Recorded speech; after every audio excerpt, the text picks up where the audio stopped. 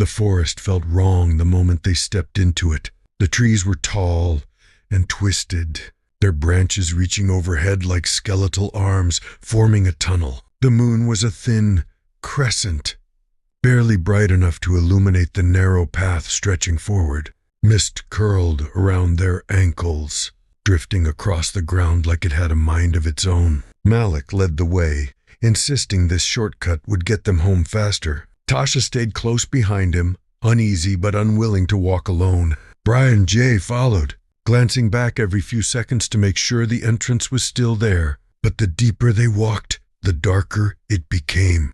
The air felt heavy, thick, almost humming with something unseen. Jay lifted his phone to use the flashlight, but the beam barely cut through the fog. It stretched forward unnaturally far, revealing more twisted trees forming the same endless tunnel. Bri whispered that the forest didn't look like this during the day. Malik shrugged it off, but even he slowed down. The silence was unnatural. No insects, no wind, no rustling leaves, just the sound of their footsteps and the faint pulse of the mist shifting around them. Then they saw it, a lantern hanging from a branch, glowing softly with warm light. It looked freshly lit, untouched by weather or time. Beneath it, carved into the bark, was a symbol none of them recognized, a circle with jagged lines cutting through it. Jay said it looked like a warning. Malik said it looked like a welcome. The lantern flickered, the mist shifted, and when they turned around, the path behind them was gone, swallowed by darkness as if the forest had closed its mouth.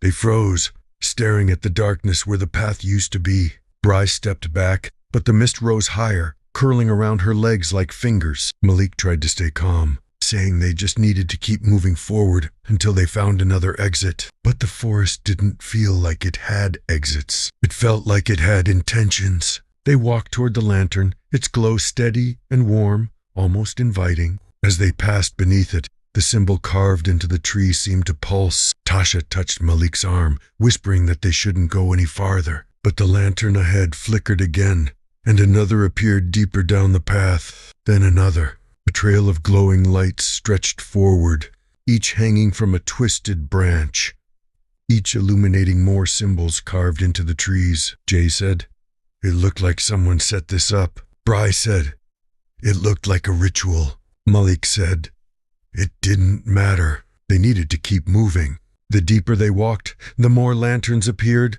lighting the path in warm gold. But the warmth didn't reach the air.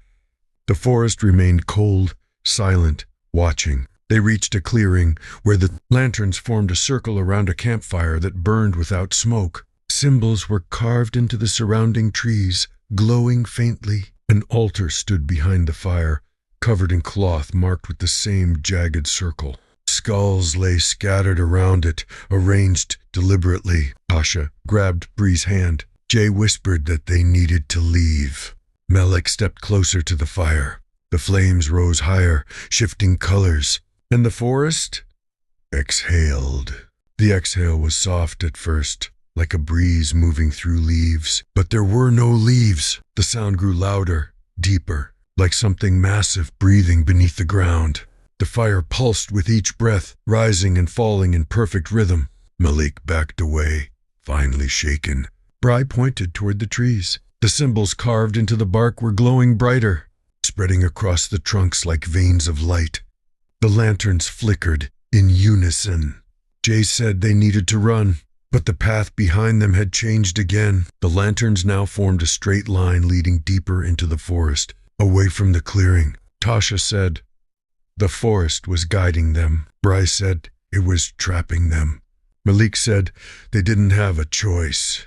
They followed the lanterns, the mist rising higher with each step. The trees grew tighter, their branches forming a tighter tunnel overhead. The air felt heavier, pressing against their chests. The lanterns flickered faster, almost frantic. Then they reached it, a shrine covered in moss, its roof curved and ancient. Lanterns hung around it, glowing softly. Wooden signs marked with symbols surrounded the entrance. The shrine door was slightly open. Jay said they shouldn't go inside. Malik said they had nowhere else to go. The forest exhaled again, louder, shaking the ground. The shrine lanterns brightened, and the door opened wider on its own. They stepped inside the shrine, the air instantly warmer, almost unnaturally so, like the building itself exhaled heat the moment they crossed the threshold. The walls were covered in carvings of the same jagged circle symbol, repeated hundreds of times, each one etched with a precision that didn't match the age of the wood. Candles burned along the edges, their flames steady despite the trembling ground, casting long shadows that stretched and curled like living things. A large wooden tablet stood at the center, covered in markings that looked like instructions or warnings, though none of them could read the language carved into it. Bryce stepped closer, reading the symbols aloud even though she didn't understand them, her voice echoing strangely. As if the shrine repeated her words a half-second later, the candles flickered. The shrine door slammed shut behind them with a force that shook dust from the ceiling. Jay ran to it, pulling, pushing, slamming his shoulder into the wood, but it didn't budge. Malik told him to stop wasting energy, though even his voice shook. Tasha pointed at the tablet. The symbols were changing, shifting like they were alive, rearranging themselves into new patterns that pulsed with faint red light. The shrine lanterns dimmed. The mist seeped through the cracks in the floor, rising around their feet like cold hands gripping their ankles. The ground vibrated harder. A deep rumble rolling beneath them, like something massive was waking up. Bry whispered that the forest wasn't just alive, it was aware, watching, listening, deciding. Jay backed away from the tablet. Malik grabbed Bree's arm, pulling her toward the door, but the shrine didn't let them move far. The mist rose higher, wrapping around their legs, tightening like restraints. The symbols on the walls glowed brighter, spreading across the wood like veins of light. The tablet pulsed, each throb sending a wave of heat through the room. And then the shrine spoke, not with words, but with a deep rumbling that shook their bones, a sound that felt like it came from everywhere at once, the walls, the floor, the air, the forest outside. The lanterns flared, the mist surged, the carvings lit up in blinding gold. The ground cracked beneath them, and the forest exhaled one final time, pulling them into darkness, swallowing their screams before they could escape their throats.